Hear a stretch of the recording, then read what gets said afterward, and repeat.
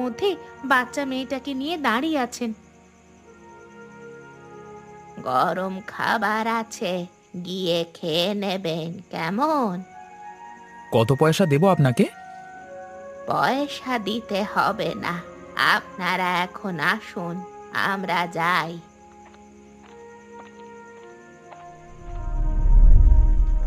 আরে, এ কেমন হলো? ওরা দুজন নিমেষের মধ্যে কোথায় মিলিয়ে গেল? তাই তো, কিন্তু খাবারের পয়সা নিয়ে গেল না, এটাই আমার কেমন লাগছে। কিন্তু কি আর করা যাবে, কালকে যদি দেখা হয় তাহলে টাকাটা মিটিয়ে দেব। এখন চলো, অনেকটা রাত হলো।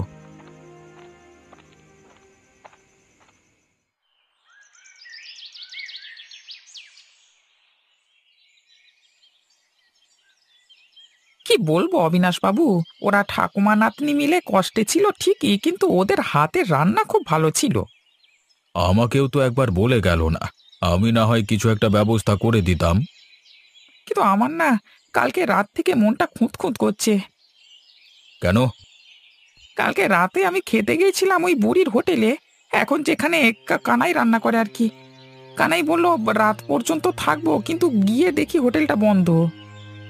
হয়তো আগে আগেই বন্ধ করে দিয়েছে, তাই এতে আবার সন্দেহ করবার কি আছে?